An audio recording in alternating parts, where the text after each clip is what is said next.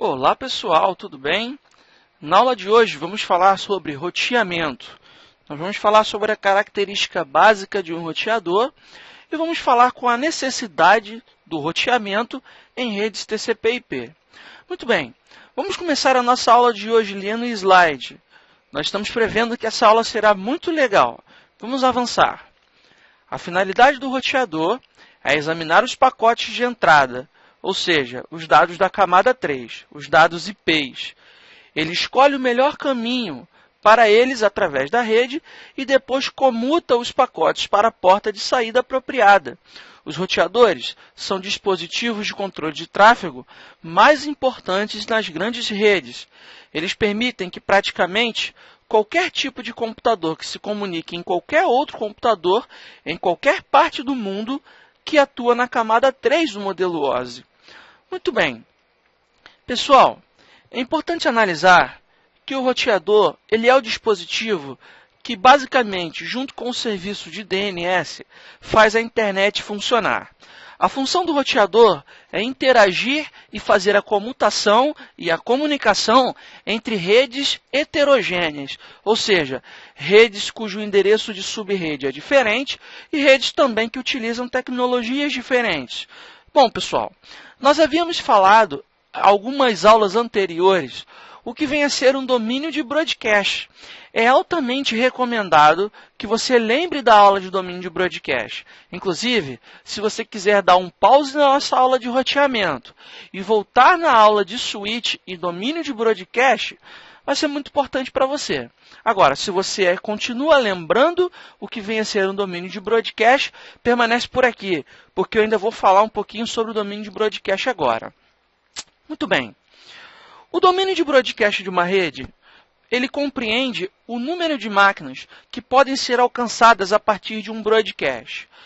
Um host pode se comunicar com qualquer outro host, desde que ele esteja no seu domínio de broadcast.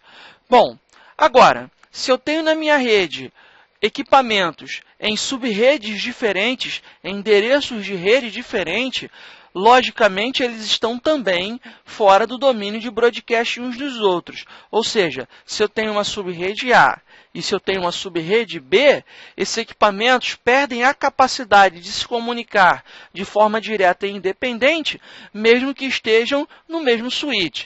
E é aí que entram os roteadores. A função do roteador é exatamente interagir o host de uma subrede com o host de outra subrede.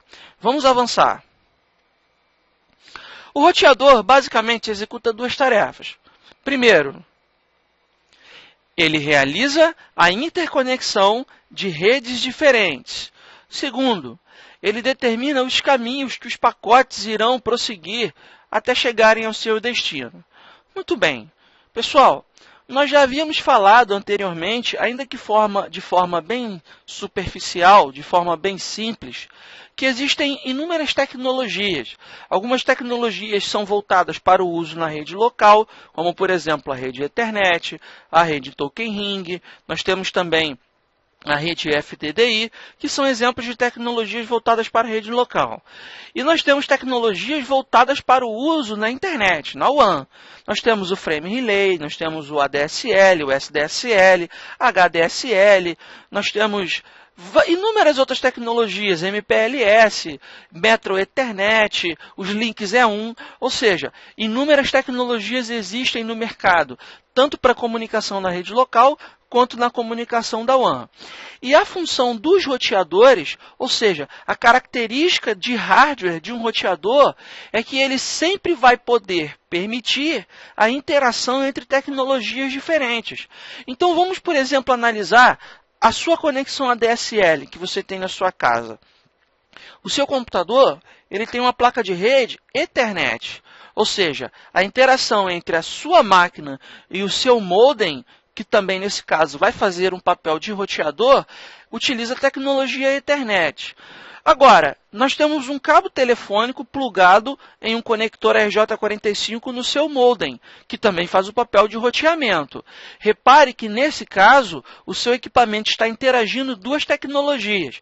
Ele está interagindo a tecnologia Ethernet, que no caso é a tecnologia da sua máquina, e está interagindo também a tecnologia ADSL, que está lá do outro lado, na central da sua operadora.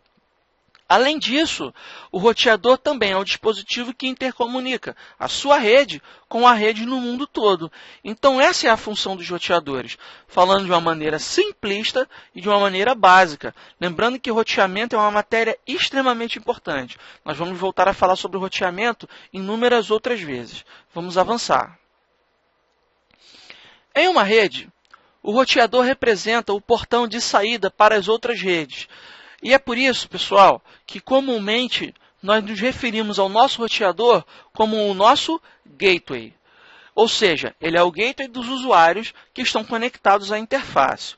O roteador possui pelo menos duas portas para rotear duas redes, sendo que, por definição do roteador, as duas interfaces nunca podem estar pertencentes à mesma rede. Esse é um erro que nós vemos lá no treinamento de Cisco, chamado overlap. O roteador não permite que você coloque IPs da mesma subrede em interfaces diferentes. Um roteador não pode ter dois endereços pertencentes à mesma rede, como eu já falei. Isso ocorre porque o roteador tem o papel de determinar o caminho de uma rede. Sendo assim, se duas portas pertencem a uma única rede, o roteador não vai saber encaminhar o pacote para o seu destino. Pessoal, isso é o que nós chamamos de ambiguidade. Então lembre-se, uma vez que o roteador não sabe por qual caminho ele deve encaminhar o pacote, por padrão, ele descarta o pacote. Nós ainda vamos falar mais sobre isso quando falarmos sobre a tabela de roteamento. Então, olha só, pessoal. Nós temos, basicamente, o exemplo de um roteador indicado para uso profissional. Esse é um roteador parrudo, é um roteador de grande porte. Ele é indicado para fluxos intensos de dados, ou seja, para uso corporativo em uma determinada empresa.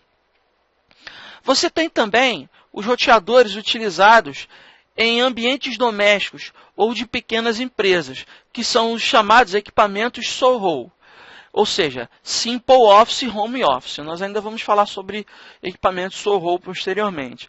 Repare também que uma característica marcante de um equipamento SOHO é que ele interage em inúmeras tecnologias. Então, pessoal, acompanhando comigo no meu mouse, olha só. Nós temos um equipamento aqui e outro equipamento aqui de modelos diferentes. Repare, por exemplo, nesse equipamento, que nós temos aqui uma anteninha wireless com o padrão Wi-Fi. E nós temos 4 portas Ethernet para se comunicar com a LAN e uma porta Ethernet para se comunicar com a WAN. Então, nesse caso, eu estou interagindo no mesmo equipamento duas tecnologias diferentes. A tecnologia Ethernet, através do conector RJ45, e a tecnologia wireless, através dessa anteninha. E esse outro equipamento aqui, da mesma forma, nós temos 3 anteninhas, porque se tratam de padrões wireless diferentes. Tá legal? Nós ainda vamos falar sobre a diferença entre o padrão 802.11n, que pode utilizar 3 antenas, e os padrões 802.11b, G e A, que em geral utiliza também apenas uma antena. Antes de nós seguirmos para a simulação, vamos falar um pouquinho sobre a nuvem. Acompanhe o slide comigo, pessoal. O símbolo da nuvem sugere uma outra rede. Pode ser a internet. A internet é o maior exemplo de nuvem do mundo. A nuvem nos lembra que existe uma maneira de se conectar a uma determinada rede, como por exemplo a internet. Mas não fornece nenhum detalhe sobre a conexão, ou nenhum detalhe sobre os endereços IPs, os equipamentos, a topologia ou a estrutura utilizada nessa rede. Dessa forma, a finalidade da nuvem é representar um grupo grande de detalhes que não são pertinentes a uma situação ou descrição, ou em um determinado momento. Pessoal, eu vou te dar um exemplo bem simples e você vai entender. Você sabe que para acessar um determinado site, como por exemplo www.computeronline.com.br da sua casa, você está usando a internet. Mas olha só, pessoal, para você é indiferente a quantidade de roteadores, a tecnologia utilizada, o endereço IP utilizado, a topologia e as características de segurança da internet, elas não só são indiferentes, como também estão fora do seu alcance administrativo. Ou seja, você não tem gerência sobre a internet. E toda vez que você precisar em um projeto simbolizar uma determinada rede, que os detalhes dessa rede não são pertinentes ao seu projeto, ou você não tem gerência sobre essa rede para descobrir detalhes técnicos ou organizacionais sobre ela, você pode representar essa rede como uma nuvenzinha, tá legal? Olha só, pessoal, vamos prosseguir com a nossa aula e vamos mostrar uma estrutura simples de roteamento baseando-se no simulador, tá legal? Vamos lá.